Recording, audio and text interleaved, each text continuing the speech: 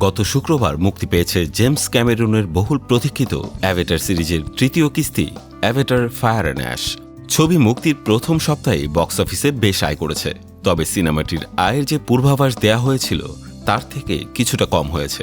কিন্তু এর ব্যবসায়িক সাফল্য নিয়ে সংশয় নেই সিনেমা বিশ্লেষকদের। দেখে নেওয়া যাক বক্স অফিসে কত আয় করল অ্যাভেটার ফায়ার অ্যান্ড অ্যাশ।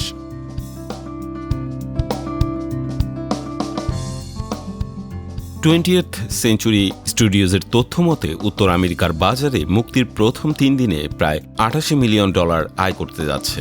শনিবার একদিনেই সিনেমাটি আয় করেছে $28 মিলিয়ন। তবে দ্বিতীয় কিস্তি অ্যাভাটার দ্য ওয়ে অফ ওয়াটারের তুলনায় তৃতীয় কিস্তি শুরুর আয় তুলনামূলক কম। তবে আন্তর্জাতিক বাজারে সিনেমাটি জনপ্রিয়তা ধরে রেখেছে। তথ্যমতে বিশ্বের সবগুলো প্রেক্ষাগৃহের হিসেব মিলিয়ে সিনেমাটির প্রথম সপ্তাহে আয় $340 থেকে $350 মিলিয়ন ছাড়াবে বলে ঘোষণা করা হচ্ছে। বিশেষ করে চীনের বক্স অফিস চার্টে সিনেমাটি এখনও শীর্ষে রয়েছে, সেখানে এর আয় এখন পর্যন্ত $52 মিলিয়ন।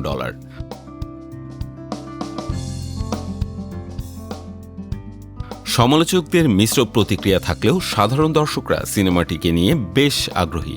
দর্শকদের জরিপে এটি এ সিনেমা স্কোর পেয়েছে। প্রযুক্তিগত দিক থেকে জেমস ক্যামেরুন আবারও নিজেকে ছাড়িয়ে গেছেন বলে মনে করছেন দর্শকরা। সামাজিক যোগাযোগ মাধ্যমগুলোতে সিনেমার ভিএফএক্স এবং ভিজুয়াল ইফেক্টসের কাজ বেশ প্রশংসা কুড়াচ্ছে।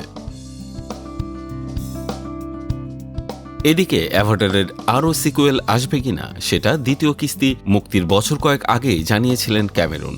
তিনি আরও 3 কিস্তির ঘোষণা দিয়ে রেখেছিলেন সে সময়। তিনি জানিয়েছিলেন চতুর্থ ও পঞ্চমটি মুক্তি পাবে যথাক্রমে 2026 ও 2028 সালে।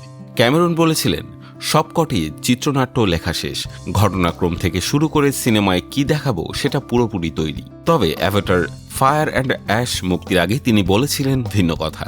ক্যামেরন জানিয়েছিলেন ছবিটির ফল দেখেই পরবর্তী সিদ্ধান্ত নেবেন।